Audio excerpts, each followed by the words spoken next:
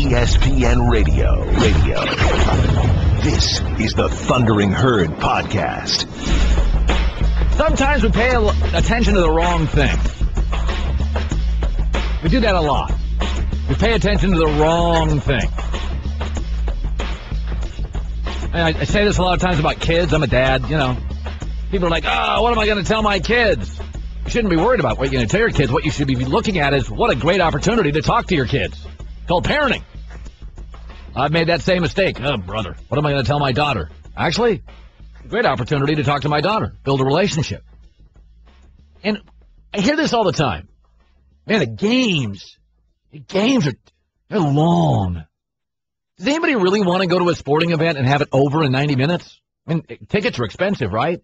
Like when you go to a baseball game or a football game, I don't want it to be over in like an hour and a half. I like to go and hang out for a couple hours. I want to have some cocktails. Yeah, I mean, the truth is I want activity. But I got to give baseball credit. Rob Manfred is the new commissioner. He's younger, a little more progressive, I think, than Bud Selig. And according to Yahoo Sports' Jeff Passan, baseball now is considering altering the definition of the strike zone. Thank you. It's not about the length of the baseball games. Yes, I'm not going to deny attention spans are shorter, obviously. But college football games are now 3 hours and 25 minutes. They used to be 3 hours. Ratings never been higher. They're 20 minutes longer today than 15 years ago. Ratings up. NFL games, longer than 15 years ago. Ratings up. Soccer's longer. Ratings up. Hockey's longer. Ratings up. NBA about the same. Baseball, everybody blames the length of the game as the problem. Yes, it should be tweaked. But are you going to rush to the sport that's 3:07 if it's 2:51? No. The problem is there's no activity. The teams are averaging now less than 4 runs a game at times. It's like 4.07. I mean, nobody can hit over 250. My son and I went to a baseball game this summer with my daughter, and he didn't want to hurt my feelings. He had ice cream in the little baseball Padre helmet, and we were having a hot dog. It was great. And I was sitting next to some Met fans in San Diego having a beer, and my son turned to me about an hour in, and he didn't want to hurt my feelings. He goes, Dad, I'm having fun. But the thing about baseball is nothing really happens. And I turned to the guy next to me from New York, and I'm like, he's right, you know. And he goes, I know. It's been 2 singles in an hour. Shrink the strike zone. Lower the mound. Guess what? You got to swing. Pitchers will have to throw strikes. More bat on ball. Even if there's more walks. More base runners. HGH gives you more home runs. Home runs aren't that exciting. You know what's exciting? Play at the plate. First to third. I want more singles and doubles back-to-back, more doubles and singles. If you gave me 3 straight hits, I don't want 3 straight home runs. Give me a single, a double, and a single. Give me a single, double now, play at the plate. Now the guy at second, give me a single, another play at the plate.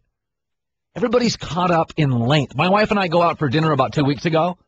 We were out for like 3.5 hours. Ordered a bottle of champagne, great food. We look up and we're like, oh my God, it's 11. We used to go to bed at 10. Length is a non-factor. When you fly to New York to L.A., it's 5.5 hours. It always has been. It was 5.5 hours years ago. It's 5.5 now. You know why it seems shorter? Internet. Television's on the plane. That's why you have to have Wi-Fi if you're a cafe. Got to have TVs, internet, Wi-Fi. You got to give people stuff to do. The length of baseball games, yeah, it's an issue, but it's not the issue. The issue is there's too many games. There's no urgency. I can always watch tomorrow. Nothing gets me rushed to a TV set. But the other issue is nobody can hit anymore. This World Series had 5 home runs. Had 85 singles. That's the issue. Lower the mound. Change the strike zone. Everybody's so caught up on the length of baseball games. Football, college football's ratings are the highest they've ever been. They've added almost 30 minutes in the last 10 years because people don't realize this. A lot of people don't. The hurry-up offense actually lengthens games. More plays, more incompletions. In fact, the slowest team in the country plays the fastest, Baylor. Baylor plays the fastest along with Oregon. Their games are the slowest. The Big 12 scores the most points. They're the slowest conference. So I love that Rob Manfred is seeing this. You're going to have to go to owners and say this. It's not about the length entirely. Shrink the strike zone. You're not going to get HGH back. That's a cliche topic. You're not getting it back. You could give amphetamines back, get a little more energy. You could get that back. But we are by the way, Red Zone. Anybody watch Red Zone on television? From 1 to 7 every Sunday, I'm locked 6 hours. I'm locked on it. Why? Play, touchdown, play, touchdown, play, touchdown. We got to stop worrying about length of stuff. My son plays Minecraft for 2 hours at a time. He'll just sit in front. Kids play it. This guy from like Holland invented it, and all it is, little boys like to make forts. It's kind of like making forts. Nerds! Whatever. I did it. You did. It's like virtual Legos. My son will sit there for 3 hours. We also get caught up in stars. People watch for stars. Be careful. Seahawks don't really have a star. Richard Sherman. We watch for activity. NFL, college football, games are longer. Play, replay, back to play. Play, replay, back to play. That's why I've always said soccer. People knock the scoring for soccer and hockey, but there's a lot of activity with soccer. There's a lot of activity with hockey. Soccer ratings up in this country, hockey ratings up in this country. It's not about the length. So give baseball some credit. Looks like they're going to doctor the strike zone. That's what you should do. And you'll say, well, it'll be more walks. That's fine. Walks equals base runners. Walks equals runs. Walks equal guy going first to third, second to home. Walks equals stolen base. You don't want to go there with my son who said, Dad, think about baseball. I'm having fun and stuff, but nobody does anything. That's the death spiral. Opening rant brought to you by Regis. New way to work. Call 1-800-OFFICES, 1-800-OFFICES. I got to read you this. Jerry Tarkanian died this past week. And,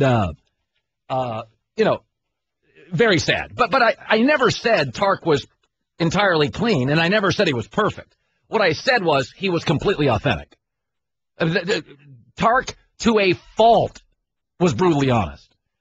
Here's a great story today. Phil Mushnick, New York Post, who said Tarkanian too often was portrayed on TV as a lovable guys and dolls character. He was, because he was so likable if you covered him. And the press liked him because he'd take him out to dinner, they'd have drinks, they'd tell stories. You couldn't not like Tark. He was the opposite of Jim Herrick, who you can't like. Herrick is impossible to like. Tark's impossible to dislike. And here's the story. This is so Tark. This is so great. Mushnick continues. And that was true. He was short on pretense, he says. He knew you knew, and he didn't care. An athletic director told Mushnick of Tark attending one of the NCAA's reform conventions, and at the time, Tark's teams were constantly in trouble from the NCAA.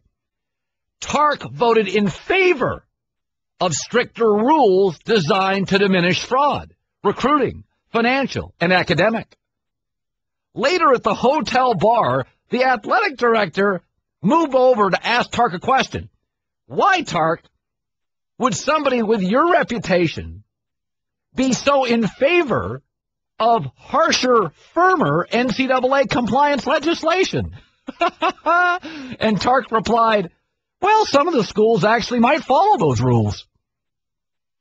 We won't, of course, but it'll clean up the sport, making it easier for us. That's why people love Tark. He was imperfect, he was flawed, he was clunky, but a lot of guys were doing that. Tark would tell you he's doing it. I just had a coach the other day. I talked to a coach who said, one of the things Tark did, and he said it was done by a lot of coaches. Tark was one of the really first guys that did this. They would work out high school players. And what they would do, they would use their coaches and work out some high school kids. They'd tell an AAUO coach or a high school basketball coach, well, you can come this summer. We'll work your kids out. Hey, you're not really supposed to do that. That was being done by dozens of schools. You know who told dozens of schools to do it? Tark and his guys. So Tark he was the first guy to say NCAA, overreaching, too consumed with power, absolute agendas. And if you ask Tark about some of the things he did, he'd say, oh, yeah, we do them. Colin Cowherd. The Thundering Herd Podcast. Yeah, it's interesting now. We have a new NBA commissioner, and we have a new baseball commissioner. And our basketball commissioner is much more progressive. He's very much gambling's here. We need to talk about it. Let's be realistic. And David Stern wasn't anti-gambling at the end. He had just that Donaghy thing bit the league. And then we have Rob Manfred, who is much younger and seems much more progressive. So it's a big culture change here potentially in our sports. And I'm a big believer in you've got to evolve. And my knock on baseball, I loved baseball 25 years ago. They've never evolved. You got to shorten the season. and you've got to figure out a way to get more hitting in the games. The length of the games is overrated. Yes, we'd like it to be shorter, but it's already significantly shorter than college football, and college football ratings are going through the roof. It's not about the length of the games as much as it is what's happening during the length.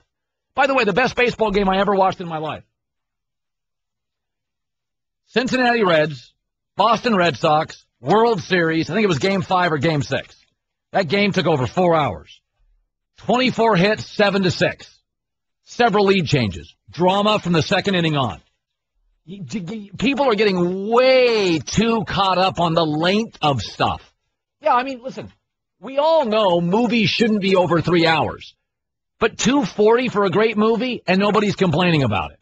Yes, you want to shorten things as much as you can, but you can only do that incrementally. You're never going to make an NBA game 1:40. You're never going to make a baseball game 2:27. You're never going to make an NFL game 2:51. You're not. So get out of that ballpark of just worrying constantly. Create more activity and shorten the damn season. It goes forever. There's no urgency. Morgan, you're a former ump. Go ahead, Morgan.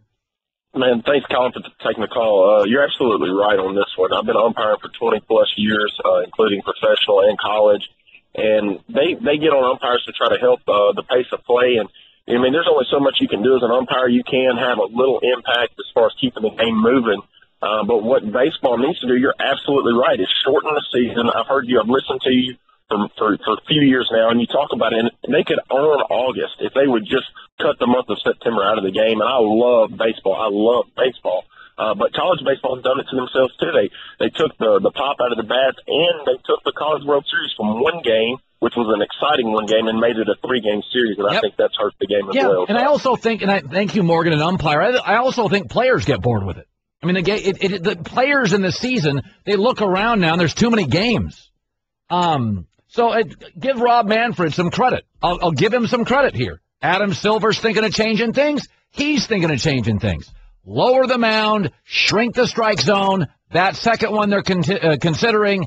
Force pitchers to throw strikes. More first and second ball hitters. You'll have more hits. The game, though, will probably get shorter. Even if it doesn't, it won't matter. You'll have more activity. My son won't turn to me and go, Dad, I'm having fun, but nothing happens here. You can't have that with kids. In America, to be less offensive, we often change the term.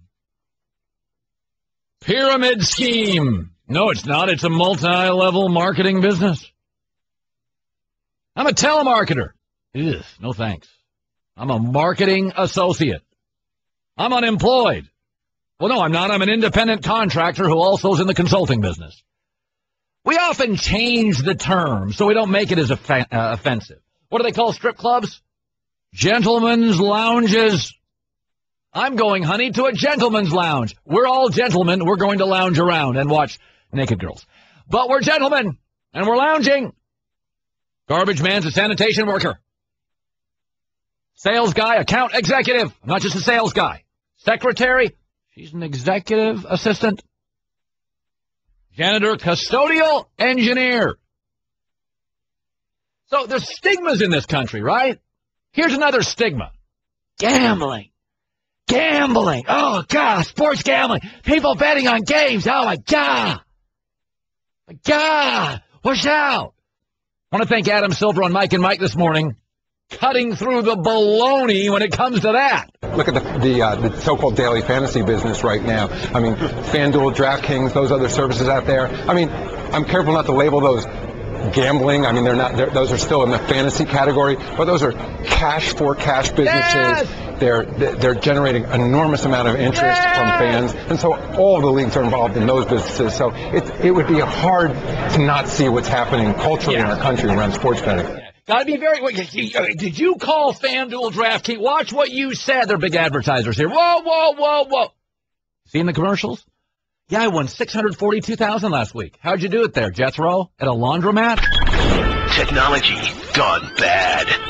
Gone bad. This is the Thundering Herd podcast. Got incredible feedback yesterday on our Bill Polian interview. It was just fascinating stuff on analytics of football. We have so many people emailed us, and we just went and looked at our ratings on ESPNU, and it popped. People were completely into that.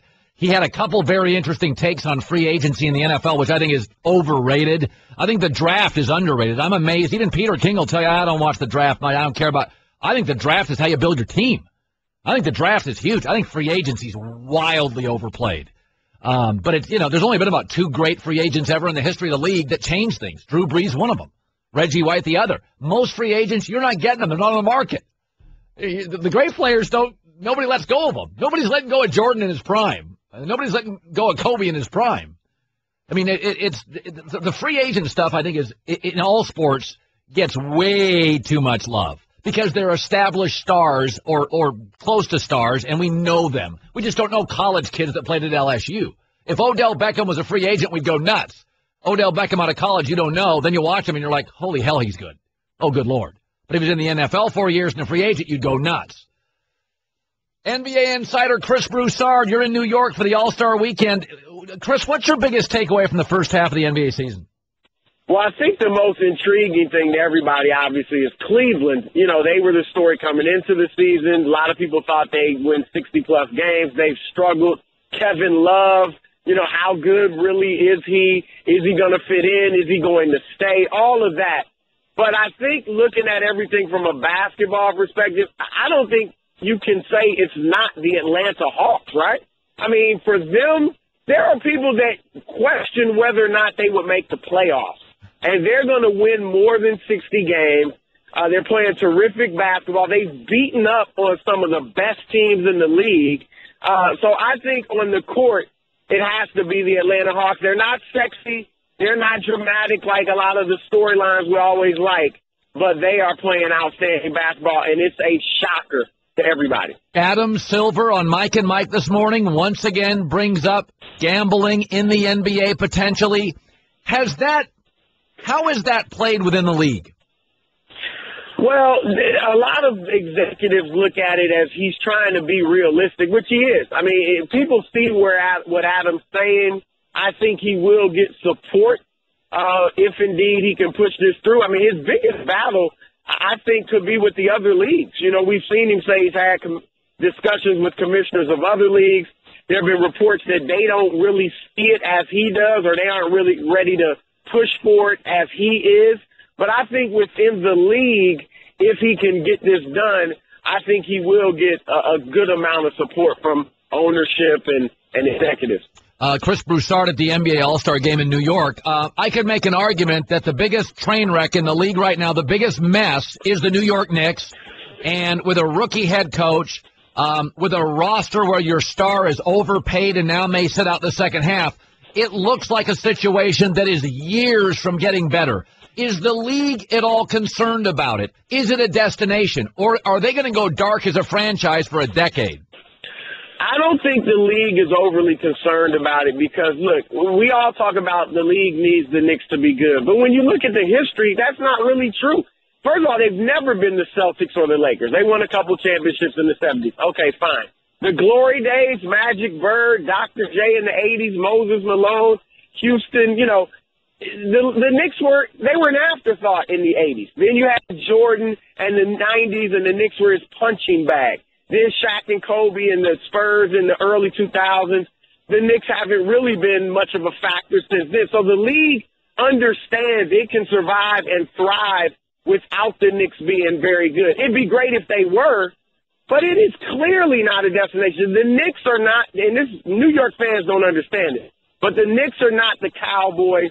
They're not the Lakers. They're not the Yankees. Chris Broussard joining us in the city, New York, for the All-Star Game. Oftentimes at the All-Star Game, increasingly over time, stars try to recruit other stars. Is there a relationship this weekend that can be fostered that could pay off down the road? Well, remember last year, I remember reporting that Joakim Noah spoke to Carmelo Anthony over the All-Star break about, hey, you need to come to Chicago, play with us. Obviously, Melo went to visit them and considered it. But, this week it'll be about hanging out.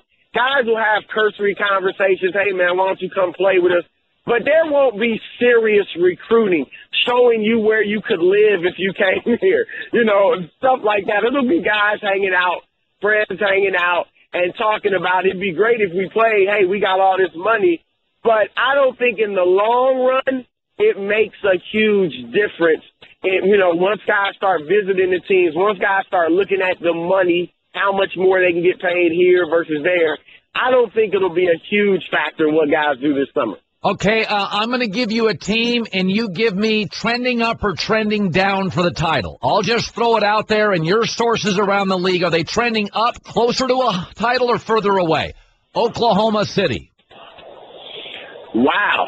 I think if I'm comparing it to other years, I would say trending down. Yep. They're not, most people say they're not what they were last year, the year before, so on and so forth.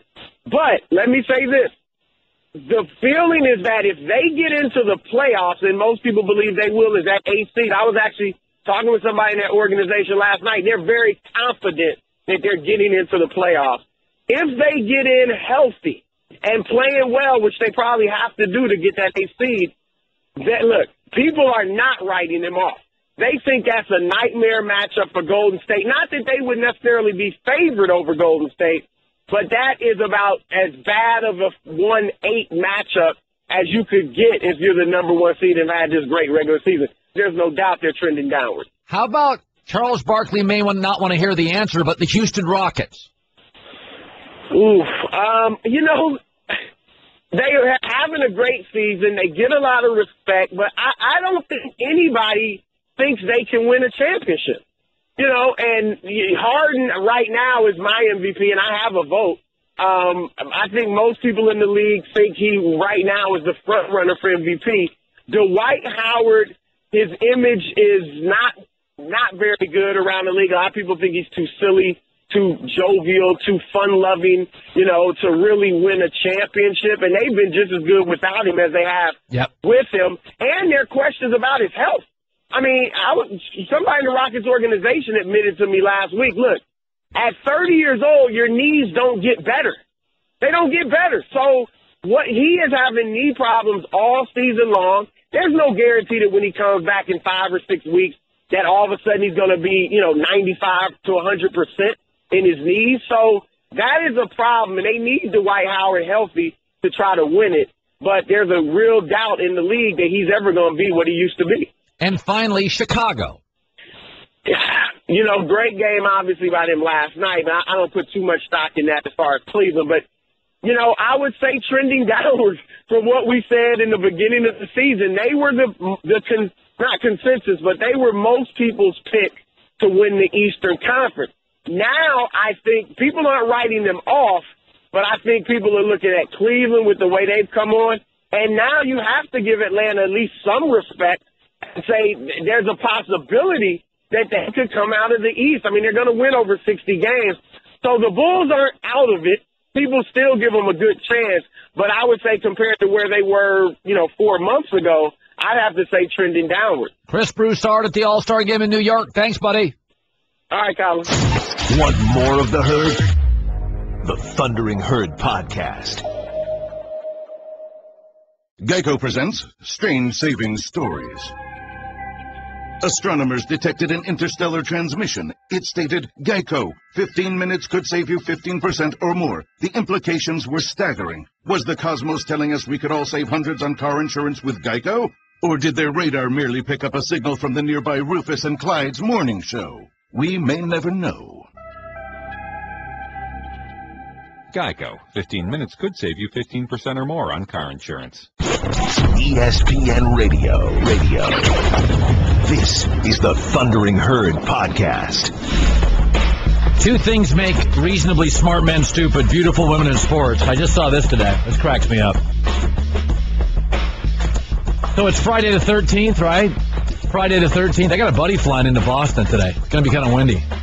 Kind of freaking me out. I shouldn't have talked about that. Air travel. But this is the, I got to admit, I'm bad here. The top 5 superstitions of NFL fans. Number 5, when you watch a game, you have a good luck charm. I don't do that.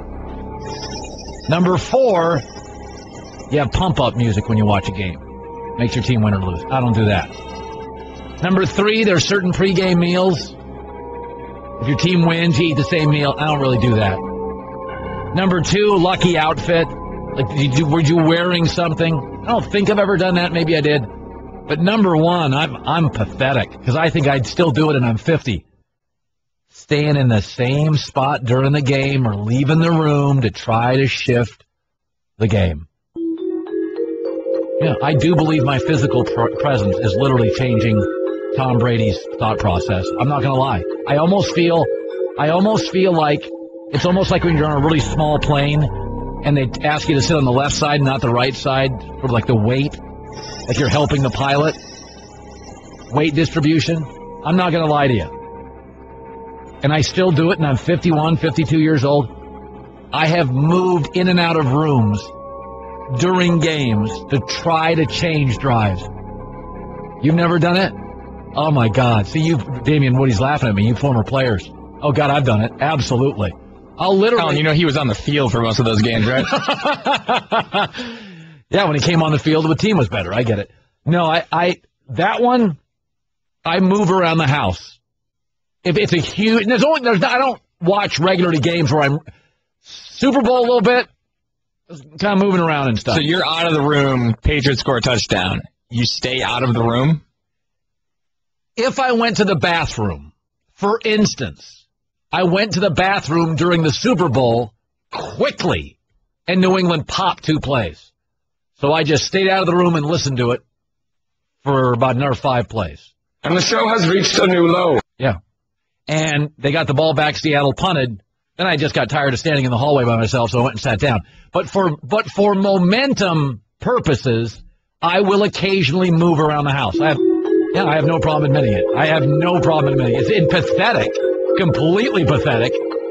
I know it's such a loser move, but God, I do it.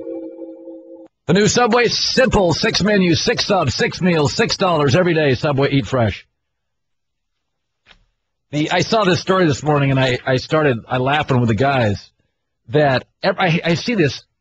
Whenever the economy's good, you see this story. All economic gains are going once again to the top 1%. Yes, this is the way it works in all countries, in all districts, in all neighborhoods, in all governments, even socialists. It's sports betting to me is a great example, whether my liberal friends want to admit this or not. Sports betting is very similar to a lot of economies. No sports bettor ever starts rich.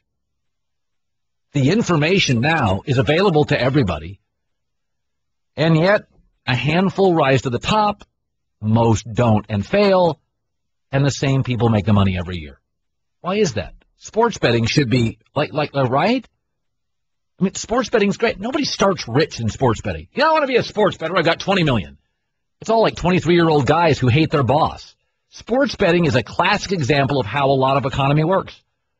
That the curious, the driven, the work ethic, the focus, and some intellect separate. It's the same thing. I got buddies who are comedy writers. Very few comedy writers start rich. Was Seth Rogen's dad a billionaire? I don't know. Very few comedy writers start rich. B, there's hundreds of cultural touchstones to play off of, but the more curious, topical, driven, focused, intellectual separate. Yes, Bill Belichick manipulates the Cleveland Browns, the Redskins, the Jets every year.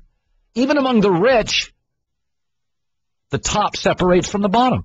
Even among billionaires in the NFL, there's a separation process. Same 6 teams are always well run. Same 6 bottom feeders are always bottom feeders. By the way, I'm not the only loser. Grant, are you superstitious during games, bud?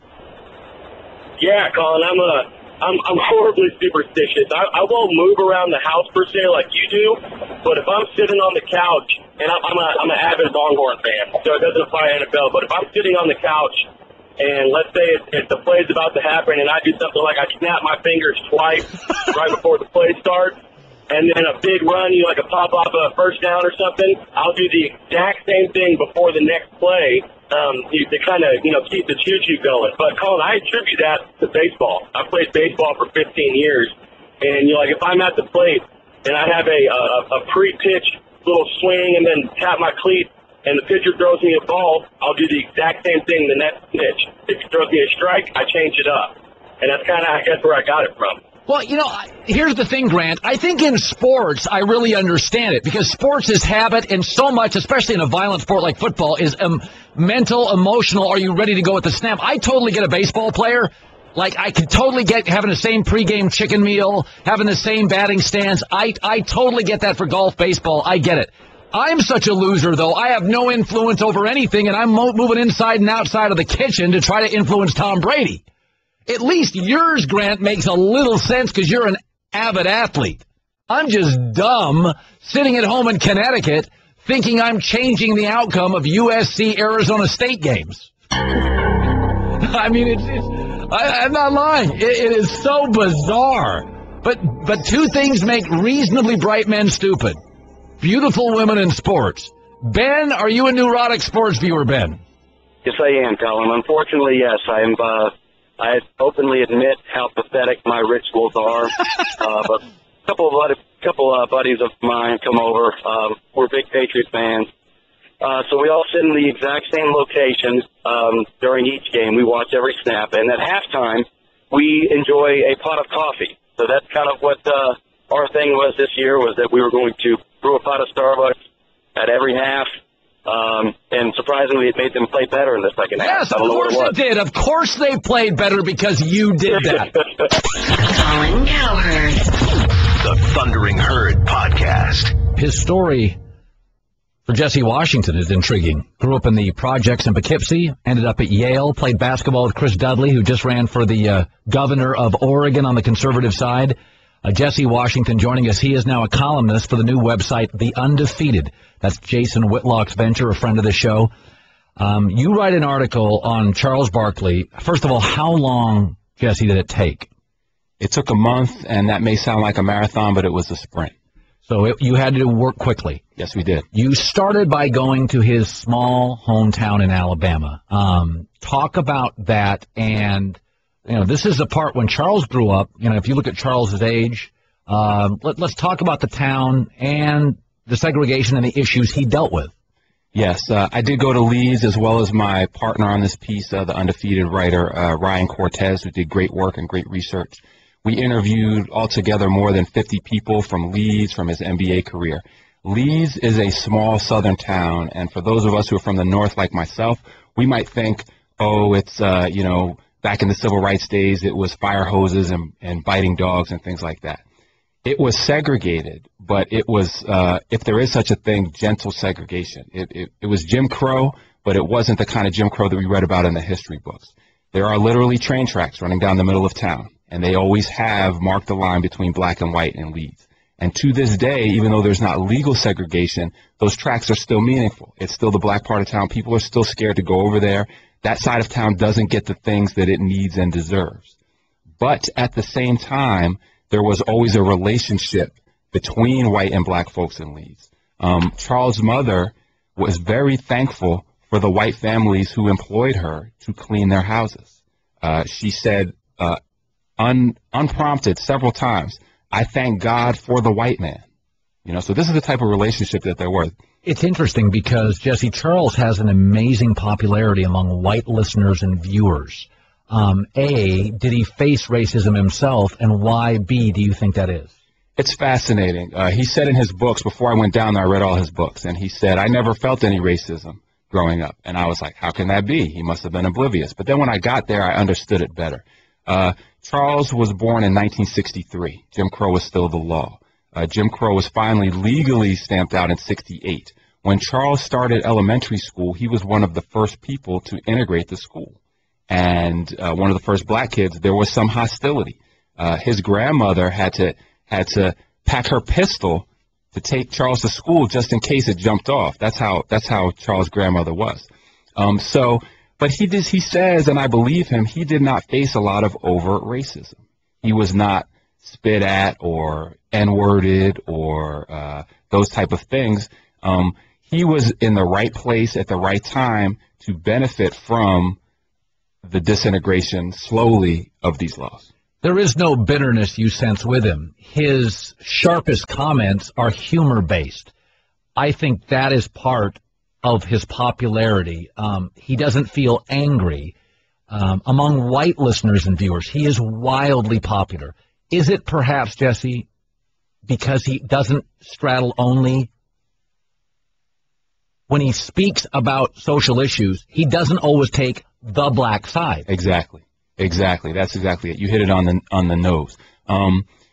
Charles's mother told me literally that Charles's grandmother, her mother raised them with, quote, no bitterness, end quote. That was how he was raised. Okay. Don't hate white people.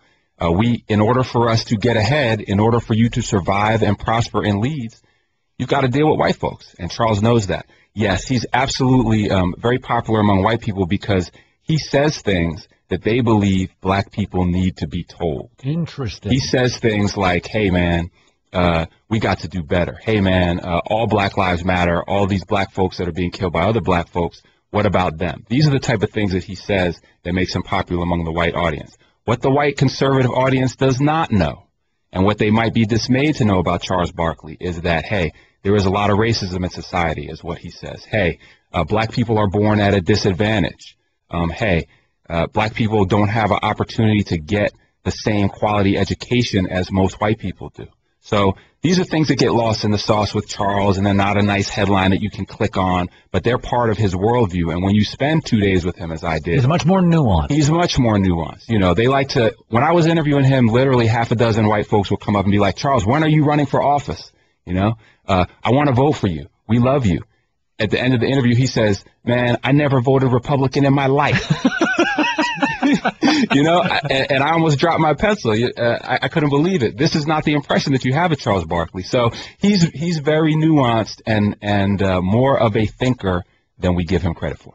But he is loud and funny, and sometimes we don't give those type of people in society. Comedians never get credit. You know, some of the smartest things I hear now are Louis C.K. or Seinfeld or Chris Rock. They make these societal observations that I think are fascinating. And unlike politicians, they're not politically comfortable, commentary. So he goes to Auburn. Now, I remember him when he went to Auburn, he was thick and he was fast. I don't watch Auburn basketball regularly. What was his Auburn career like? What was it socially like? Right. He hit like an earthquake in terms of basketball. I mean, this dude showed up at about he told me he was 300. He's remembered by one of his teammates as exactly 303 pounds. And he's doing things that a fat guy should not be able to do. You know, he's running, he's dunking, he's handling it like a point guard. So basketball-wise, he's killing, and he's out of shape. All of his Auburn teammates say, number one, he was an amazing athlete. Number two, he never wanted to practice. He did not have to work hard at all. He was a lazy player. Somebody once said he was a lazy player. He said he was a lazy player. He says it in his books. You know, when I interviewed him, he reluctantly admitted, yes, I was lazy. But, hey, he was killing and he was lazy, so why not? Socially, he was a gift from the basketball gods to Auburn, and he floated through Auburn in a bubble of privilege, really. We spoke to other teammates. Ryan Cortez did amazing interviews with other folks from Auburn, athletes, not athletes, who noticed a lot of racism. Particularly, there were these, Civil War reenactments. You've got folks, parades with Dixie revelry and white people in blackface impersonating slaves, a 2-story high Confederate flag hanging from a fraternity house. This is the atmosphere that made some black students there sick and heartbroken. Charles Barkley said to me, I loved Auburn. It was great. I never experienced any racism. It makes sense. He's Charles Barkley. And the athletes that we interviewed and that Ryan Cortez and I interviewed said, hey, if you were an athlete, you were placed in another category. Sure. It was like, being an Auburn Tiger trumped being black. The Undefeated is the name of the site. Jesse Washington is the columnist. They call it Deep Diving on Charles Barkley. Who now is his business manager? Not only the personality divide, the racial divide, who runs Charles' business? He has a business manager, an older white gentleman from Alabama, who he describes as my white father. His name is Glenn Guthrie. And this is a gentleman who I interviewed who They love each other. They really do. And Charles has spoken so highly of Glenn Guthrie. When I spoke to Glenn Guthrie, he said, Charles has been better. He's continually improved himself. He was a better college athlete than he was in high school. He was better in the pros than he was in college. And I said, hey, what about socially? Is he improving? He said, well, that's the part that I hope I've influenced him on. I think that this guy is maybe the one person who, when Charles, in his wild and woolly NBA days, when he's throwing guys through windows and spitting on people, he's like, Charles, man, you gotta shape up. You gotta mature. And if you look at Charles, he really has evolved. So they have a father-son relationship, and he's been with him for the past 25 years. Yeah, he does like to gamble on sports. Yes, he does. He's lost. He told ESPN a few years ago that he lost $10 million. So you could probably tack on another few. But, as a sports gambler, he would probably tell you he's won 10 as well. Probably. But he's acknowledged being in the whole millions. He has acknowledged having a gambling problem. And he says it's something that I need to address and do better with. And as long as I treat it in moderation, I'll be okay. But he is a gambler. Jesse, it's a pleasure. Our friend Jason Whitlock, I think it's going to do really well. And this article is just, if you've got a half hour, sit down. You'll learn so much about Charles. There's a complexity and a nuance that sometimes you just don't see from that funny big guy on television. It's been a pleasure. Thank you very much for having me. You bet, man. It's called The Undefeated. Check it out. Columnist Jesse Washington. You're in the Herd, the Thundering Herd podcast. So how many soap operas are there now? Like one or two? One or two soap operas exist in the whole world? Days of Our Lives? Yeah, and people get upset with the Sports Illustrated swimsuit edition. Look what they're wearing on that thing. That's live TV, folks. Stuff hanging out everywhere. So I'm looking at this, Kuiper and McShay, they have the mock draft now. People love the draft. They love the draft. They're into it. It's the convergence of college and pro football. Jameis Winston's going to go number 1 to Tampa Bay. Lock it down. Tennessee's going to take Leonard Williams at USC second. Lock it down. After that, it gets a little fuzzy. Oakland desperately needs wide receivers, so they're going to get Amari Cooper at number 4, it says here. That's a great. I think Oakland's going to be pretty good. Amari Cooper would be great. They have some players. They need people on the outside. They need difference makers. But it's really a different draft. There's a lot of non-traditional powers in the first round. Washington's got more players than Alabama. A lot of northern schools, a lot of smaller schools. Central Florida's got a guy. Pitt, Minnesota, Iowa, Washington. There's not that many Ohio States. I see a lot of non-traditional power players. A lot of people like that wide receiver from West Virginia, Kevin White. Rosillo loves him. I think Melvin Gordon, the running back from Wisconsin, is a pretty interesting player. Doesn't have like an extra gear, but I think he's going to go into the league and make a lot of yards. Amari Cooper, Leonard Williams at USC is filthy. And then, there's a bunch of guys. Landon Collins, the safety for Alabama, I think is overrated. I think Amari Cooper's terrific. I think Landon Collins can get worked in space. It's interesting here. Why didn't Washington and Miami win more football games? Miami Hurricanes have all sorts of guys in this first round. Hold on, let me count. 1, 2, 3. Why weren't they very good? Washington's got 3 and Miami's got 3. Why weren't those teams better? So to me, it's a completely trade down draft. And that's not exciting for fans. But man, you know what? Tampa Bay is going to get Jameis Winston. Okay, they're going to get Jameis Winston. I'm Tennessee at number 2. Is Leonard Williams going to win me games? Not really. Now, he can play inside or out. He can do a little defensive end. He's mostly a defensive tackle. He's terrific when he's healthy. He's had a labrum problem, I think. Not a lot of guys winning games here. Marcus Mariota, they have going 6 to the Jets. I think that's going to be a disaster. Let me see where my team. See, I think he'd be really good in San Diego. Where's San Diego draft? San Diego draft 17. I think Marcus Mariota would be great there. I think he'd be interesting in Atlanta. But Matt Ryan's not going anywhere. 3 years. Don't like him in Chicago. Don't like him with the Jets. Don't like him with Washington. Cold weather teams. He doesn't have a gun. Don't like him in Cleveland. You know where he'd be interesting? New Orleans, 13. I think Marcus Mariota to New Orleans, dome team, tremendous offensive coach, 2 years behind a legend, Drew Brees, and after about 2 years, you're going to be looking at Drew. It's going to be one of those Brady, Drew Brees, we love you, but you're probably going to have to end it elsewhere. Little Brett Favre thing. New Orleans, San Diego, where you can sit for 2 to 3 years, learn warm weather, offensive-minded teams with pretty good offensive lines. Do the Saints have a good offensive line? San Diego's has gotten a lot better. Hey, Damien, do the Saints have a good offensive line? I'll tell you what, they got some weapons, though. Jimmy Graham, they got the Cook kid. Yeah, I mean, again, I think for a lot of these guys, it's a fit. Andrew Luck is not a fit. Andrew Luck works everywhere. Tom Brady's going to work everywhere.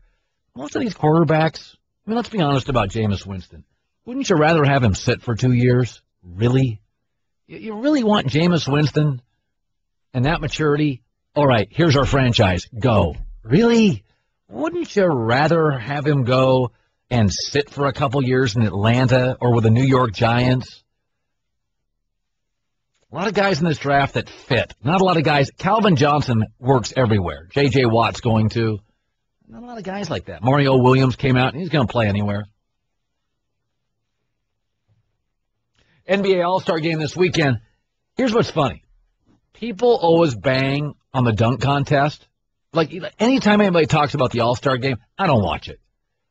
Outside of the baseball All-Star Game, I think All-Star Games are dreadful. I think hockey's awful. I think football's awful. I'll watch the three-point shooting a little bit this weekend because it's a loaded field. There's a lot of guys in this league that can stroke it now. I saw the last great dunk contest, the one in L.A. where Blake Griffin jumped over a Kia. That was the last great one. I saw that live. But it's funny about Adam Silver this morning on Mike and Mike talked about the dunk contest and the fears that it's no longer, it's kind of a punchline now. You know, it's one of the things I always worry a little bit about every year because I grew up watching some of those great slam dunk contests, and, you know, I wish our biggest stars were participating in it. On the other hand, it continues to be the highest rated event every All-Star Saturday night. It's a great opportunity for the young rising stars to participate. We're always looking at changing the format and new ideas. We're sort of going back to the sort of old school approach this year for the slam dunk. We may have gotten carried away a little bit with the way the format worked last year. So we're always looking at it. And you know, I mean, it sounds like a broken record, but I'm open to everything. I'll give you another example of the classic things used to be better. Everybody talks about how great the NBA slam dunk contest was. Larry Nance once won it. Spud Webb once won it. Yes, Michael Jordan's was amazing.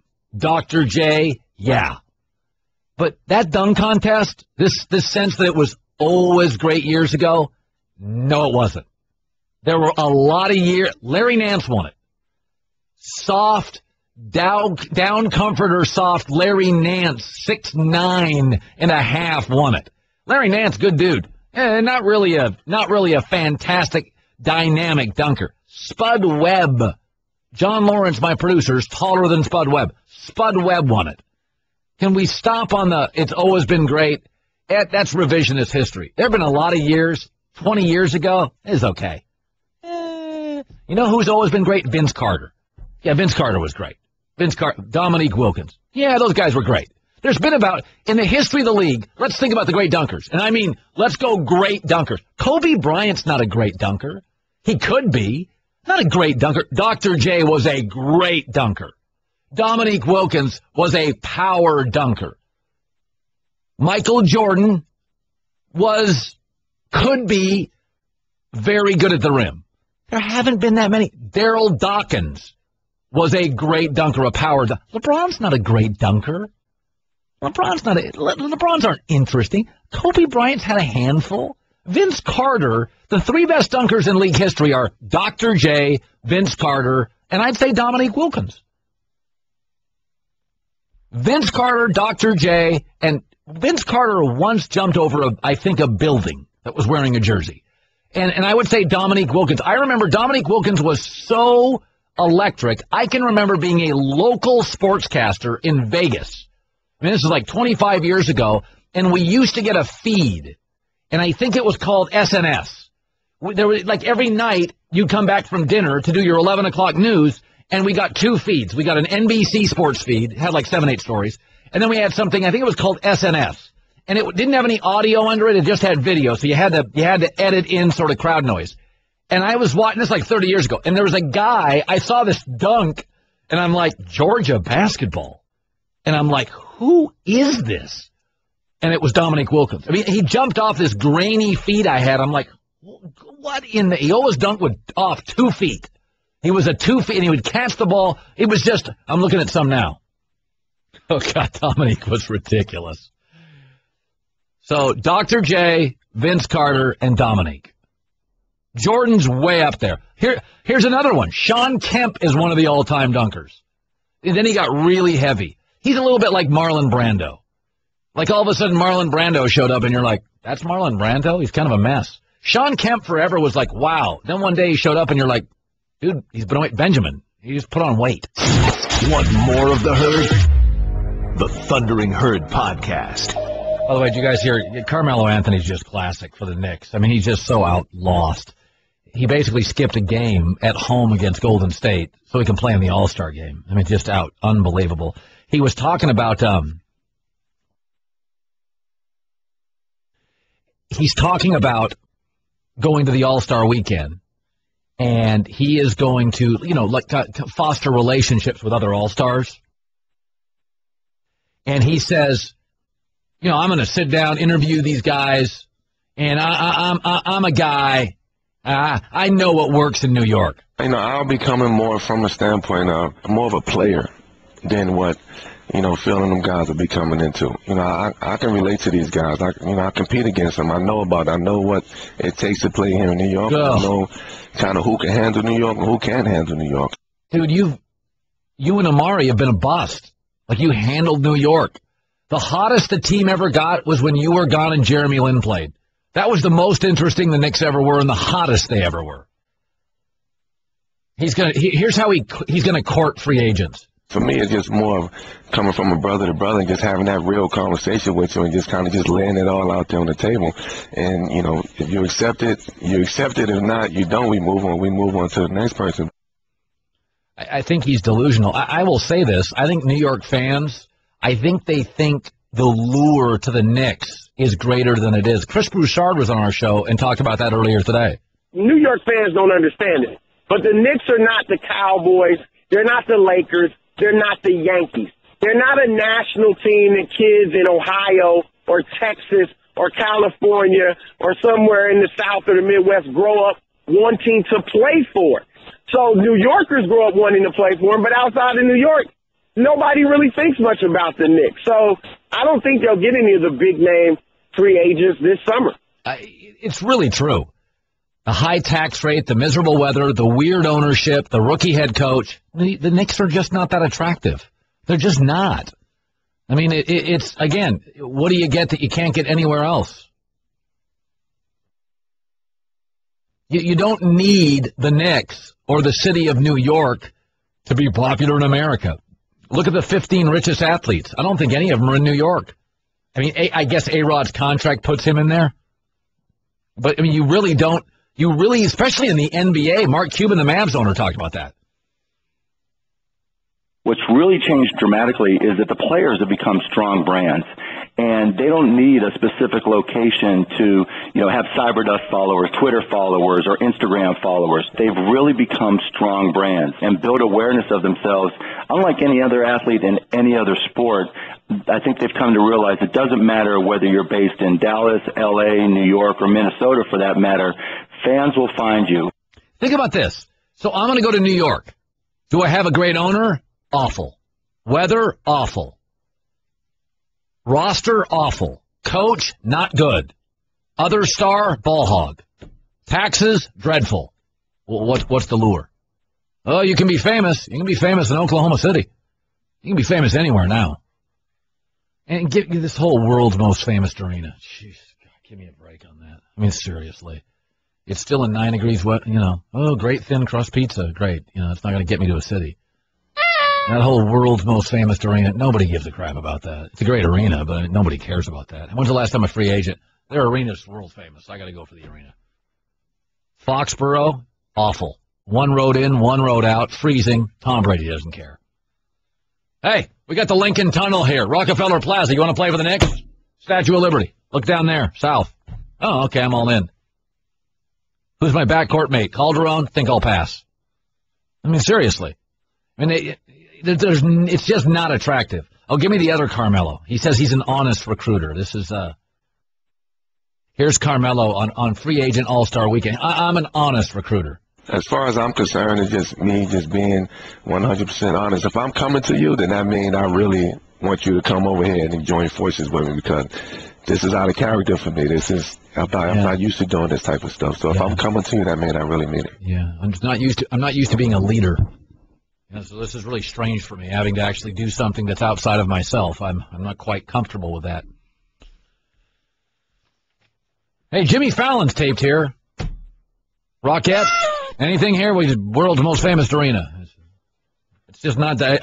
Even people that work here, the Knicks. The Knicks are not. It's just not. There's a million places around sports you can play. It's not. They're not that interesting. Yankees is different. Giants, they have a great culture. 2 for the road.